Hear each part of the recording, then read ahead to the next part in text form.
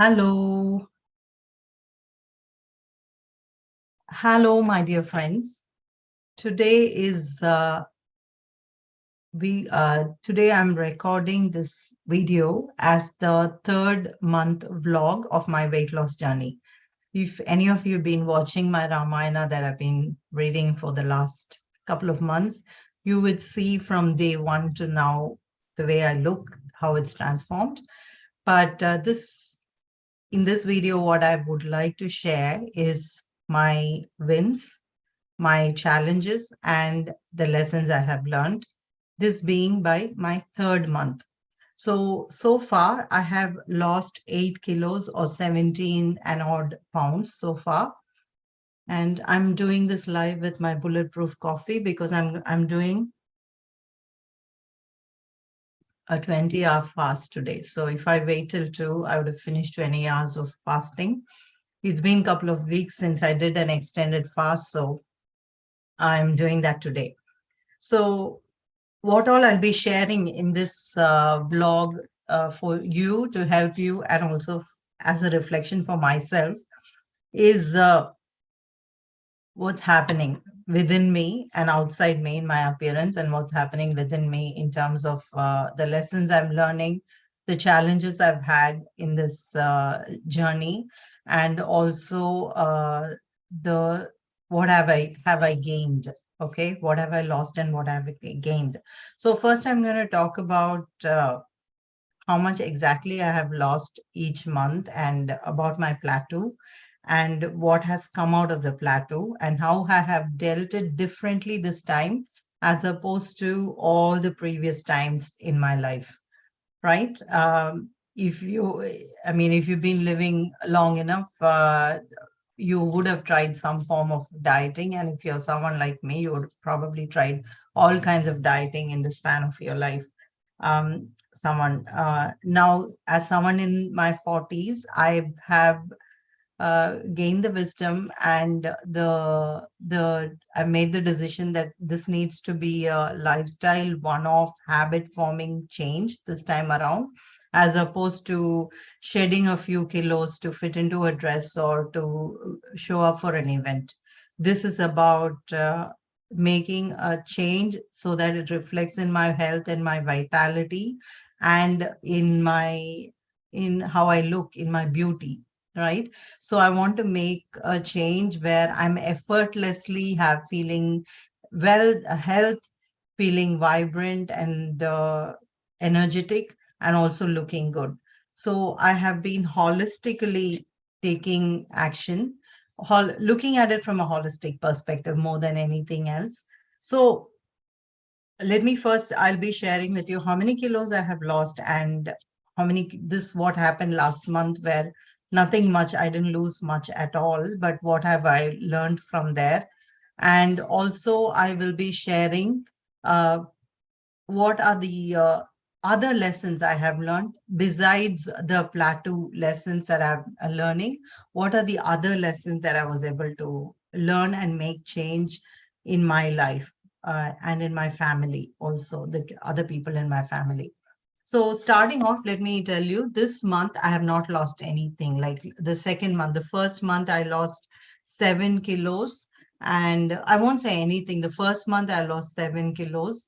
And then the second month I was just maintaining it or going 1 kilo up and then again coming back to it. So last month, second month, pretty much didn't lose at all after the 7 kilos. It's been kind of like going up and down from there and coming back to that 7 kilos, like one kilo deviation, right? And then this month around, this is the third month. So when I'm saying month, it's from the first of the month. I started, this is June, right? So I started in April. So 1st of April is when I started. So from 1st of June so far, I've lost 1 kilo. So in total, if you see, in the entire 2 months, I have lost 8 kilos or 17 pounds in total. And so what happened last month? So what happened last month was I got a bit my dedication to following a low carb or no carb diet kind of tanked. and I started eating little bit of what I cook for the family. Mind you, I cook for the family. I have two children, a husband who goes to work and school. And so I'm every day making breakfast for them, packing their lunch. And so what happens, I'm always exposed to yummy food. And being a chef myself, my family loves what I cook. I love what I cook. And so it this time I realized this is more of my mindset. Instead of telling me a story that, oh, how can I cook and not eat the food?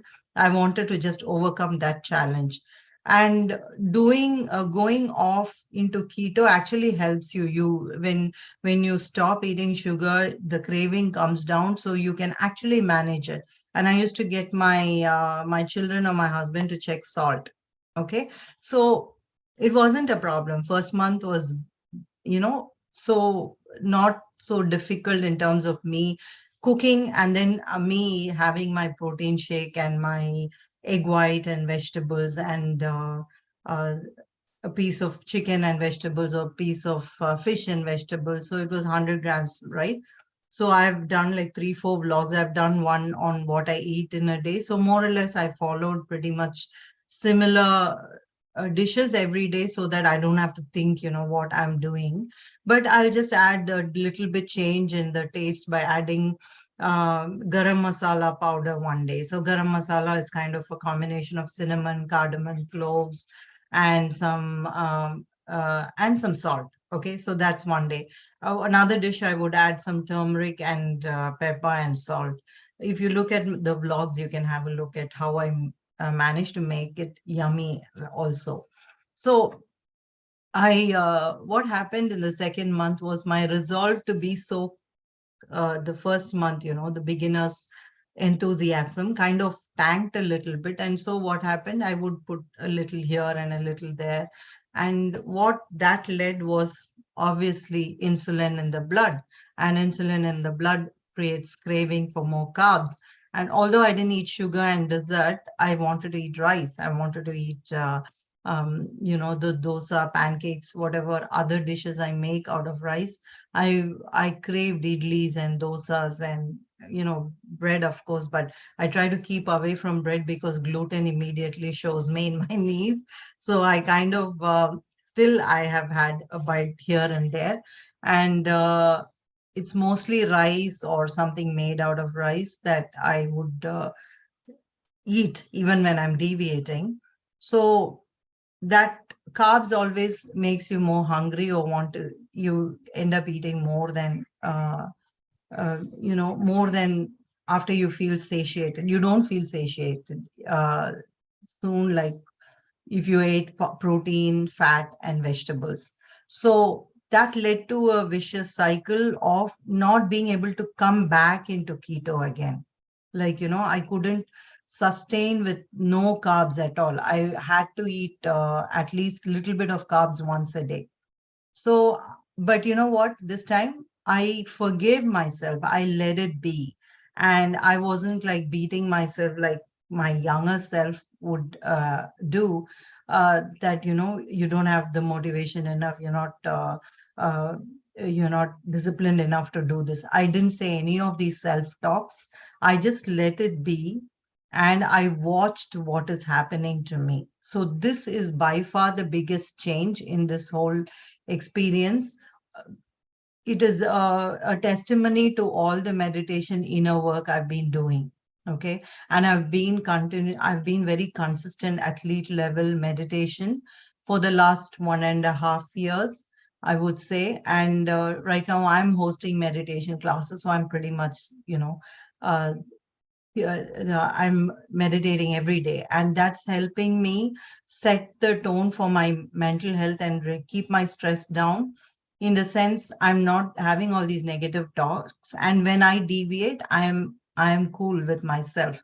I just watch, why am I deviating? What am I doing? So what I learned from there was I was able to learn about the feelings and sensations when I ate carbs.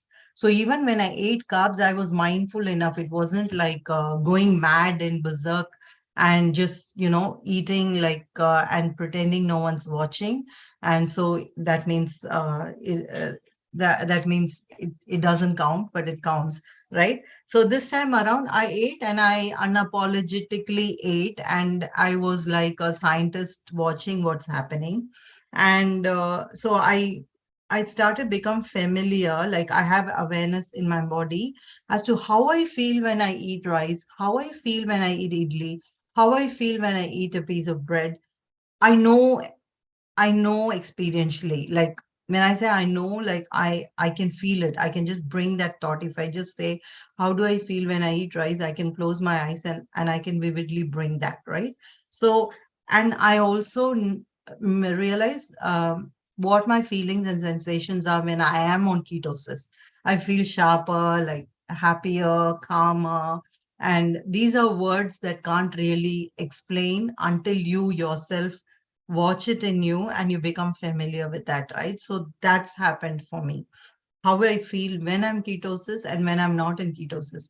When I eat even a little bit, I don't have to check the scale the next day. Even if I eat a little bit of carb, and within my body, I know whether this is going to make a difference in the scale or it's not going to make a difference in the scale. So all these intuitive eating is what has happened in the last 1 month, even though I didn't lose.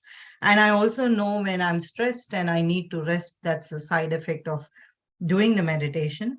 And I'm also clear about uh, what, the habit creation of trying to eat a protein for breakfast.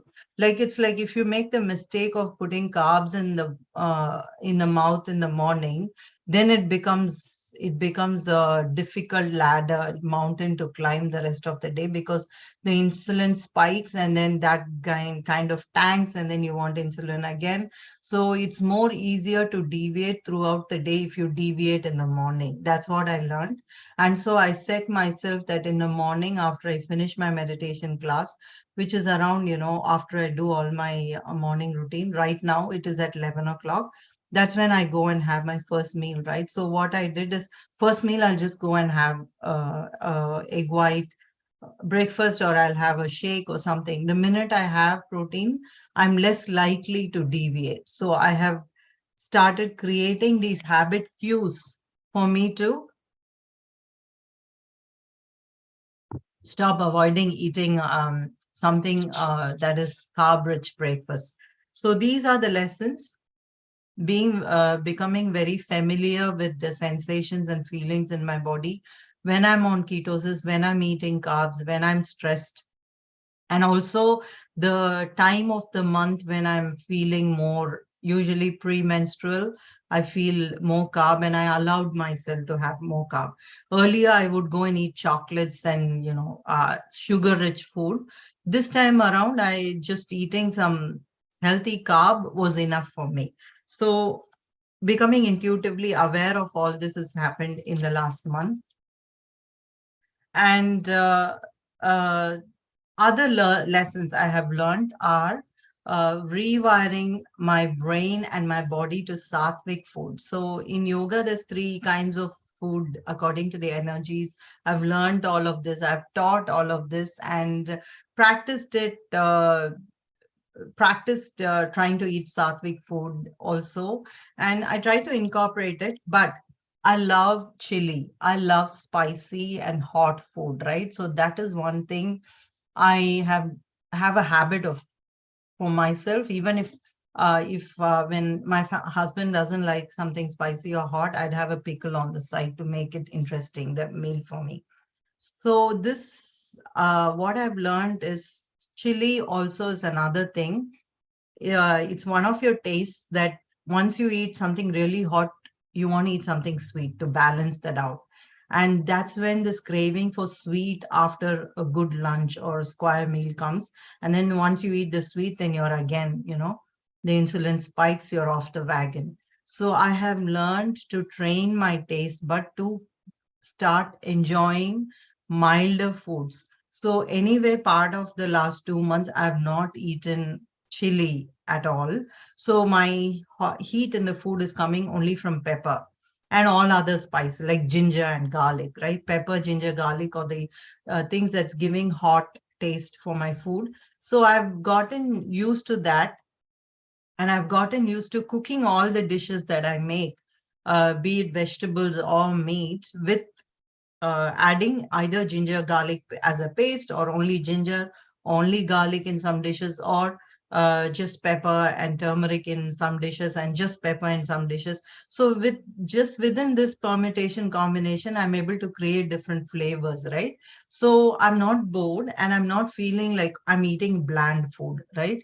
And what's happened is I'm not craving for sweet at all. So eating sweet puts you on this momentum to having more sweet. Apart from that, eating really hot food also creates that in you. That's what huge lesson I've learned. And now I have resolved to not take use as much red chilies, nearly not as much at all. And as my family doesn't even realize, because I've stopped using much red chili in their dishes also. Oops. And they don't realize, so they are fine with it. And so I have just changed my cooking style to using less red chili and just using pepper, ginger, garlic more. I'm still adding red chili here and there in some dishes which really calls for it. Otherwise, I have really put the volume down on red chilies. So that's made a huge difference. Then also farmers market. I'm going to the farmers market now, and I uh, uh, I I buy lots of varieties of green vegetables. So lots of Chinese greens. Um, they are available in different types of green varieties. So I buy them, and I steam them, and then just give them flavor with sliced garlic fried in some gingerly oil, or some sesame oil or coconut oil or butter. And then with some salt, it tastes beautiful. So that's another thing. And when I eat out, so I've eaten out a couple of times. There were two festive days to celebrate this month. So when I went out, I actually enjoyed roast. So we went out and had roast, whatever meat and vegetable. That is something I would never have before, because I was so used to my Indian palate.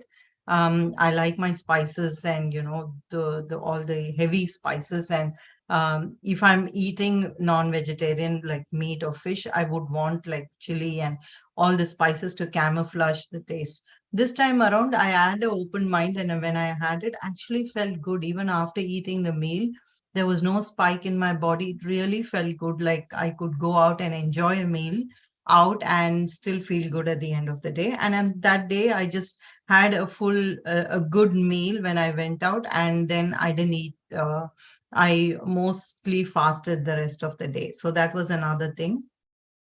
And as someone who is a spiritual seeker, spiritual teacher, meditator, I always have this thing about dilemma about vegetarian and being a non-vegetarian.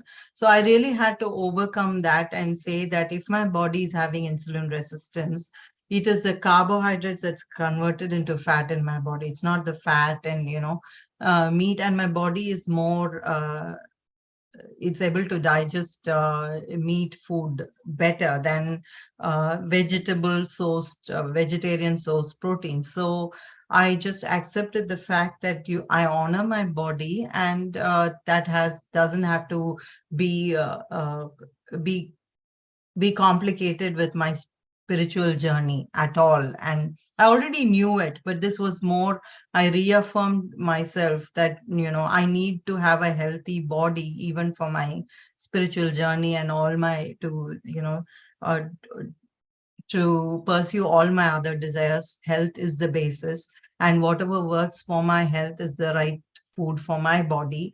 And so I don't have to confuse this aspect of my life with my other aspirations. So these are all the learnings, and I hope this is shedding some light in your own journey. I would say a big part of weight loss is about learning how to manage your stress, and that has been the story for me, because most of the overeating and deviation happens because of pent up emotions that are not getting the attention that they need. And so they sneakily come as thoughts and feelings to make you indulge and, go off the good habit of eating the right food for your right body. So this time around, this is like a lifestyle reset for me, only because I'm doing, like an athlete, the meditation and the inner work, the changing, overcoming my limiting beliefs and all of this work. So that is my by my that's the work that I do for my business. And uh, what I mean, who else should embody it more than anyone else, right? Someone who's standing there and teaching about spirituality. So uh, spending more time in my own embodiment is showing an effect in my, my whole, even my experience of this weight loss is being very pleasant and something of peaceful and a joyful flow that I'm seeing in this. It's not something that I'm doing it with a lot of pull and push. So that's my update for the last 2 months and a week. This is my vlog, so I'll come back and make another vlog and share what the wins, challenges, and lessons of this month. Thank you for watching. If you like this kind of content and anything to do with spirituality and holistic wellness, this is the channel for you. So go ahead and subscribe and share with your friends who you think might benefit from this kind of information and from being with this kind of a community. Go ahead and share, and also press the bell icon so you'll be notified every time I post something new.